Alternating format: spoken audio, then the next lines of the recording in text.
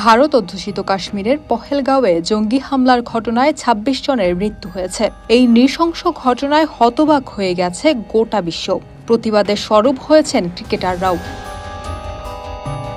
এই হামলার পেছনে পাকিস্তানের দায় দেখছে ভারত সরকার। পাকিস্তানের সঙ্গে আলোচনা, বাণিজ্য, ক্রিকেট ও বিনোদন সবকিছুই বন্ধের দাবিও উঠেছে। তাহলে কি আর ভারত পাকিস্তানের ম্যাচ দেখা যাবে না? এক যুগ ধরে ভারত পাকিস্তান দ্বিপাক্ষিক সিরিজ খেলে না, শুধু আইসিসি আর এসিসি টুর্নামেন্টে তাদের লড়াই দেখা যায়। পহেলগাঁওয়ের নৃশংস সন্ত্রাসী হামলার পরে বিসিসিআই কঠোর অবস্থান নিয়েছে। এমনও হতে পারে এখন থেকে বৈশ্বিক টুর্নামেন্টেও দুই দলের লড়াই দেখা যাবে না।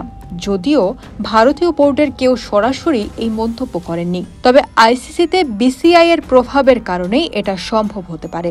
আইসিসি টুর্নামেন্টে পাকিস্তানের বিপক্ষে না খেলার বিষয়ে জানতে চাওয়া হয়েছিল বিসিসিআই সহসভাপতি রাজীব শুক্লার কাছে।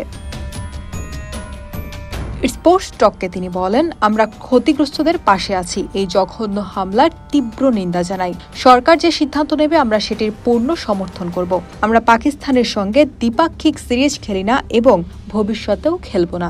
আইসিসি টুর্নামেন্ট আমাদের বাধ্য হয়ে খেলতে হয়, কিন্তু আইসিসিও জানে কি ঘটেছে, তাই তাদেরও সেই অনুযায়ী ব্যবস্থা নেওয়া উচিত। বিসিসিআই সচিব দেবজিৎ সাইকিয়া বলেছেন, এই শোকাবহ সময়ে পুরো ক্রিকেট বিশ্ব ক্ষতিগ্রস্ত পরিবারগুলোর পাশে আছে। এই নৃশংস সন্ত্রাসী হামলা নিরীহ মানুষের প্রাণহানির ঘটনায় ক্রিকেটাঙ্গন আজ শোকাহত। বিসিসিআইয়ের পক্ষ থেকে আমরা এই কাপুরুষোচিত আক্রমণের তীব্র নিন্দা জানাই এবং শোকাহত পরিবারগুলোর প্রতি গভীর সমবেদনা জানাই। এই কঠিন সময়ে আমরা তাদের পাশে আছি।